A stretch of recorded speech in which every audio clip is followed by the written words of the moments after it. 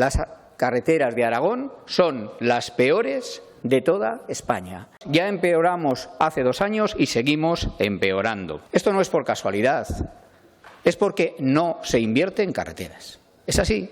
Ustedes han decidido no invertir en carreteras por ideología. Salen comparando datos con cuando gobernó el Partido Popular. Bueno, pues yo les voy a comparar los datos de las carreteras. Estos son los datos de los últimos 12 años.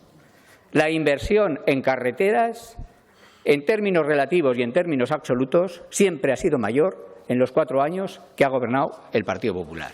Ustedes, con mayores presupuestos, no han invertido en carreteras. El Plan Extraordinario de Carreteras, que empezó con 400 millones, ya está en 600, no sé en cuánto acabará. Van ustedes a pagar más a los bancos de lo que invierten hoy en carreteras.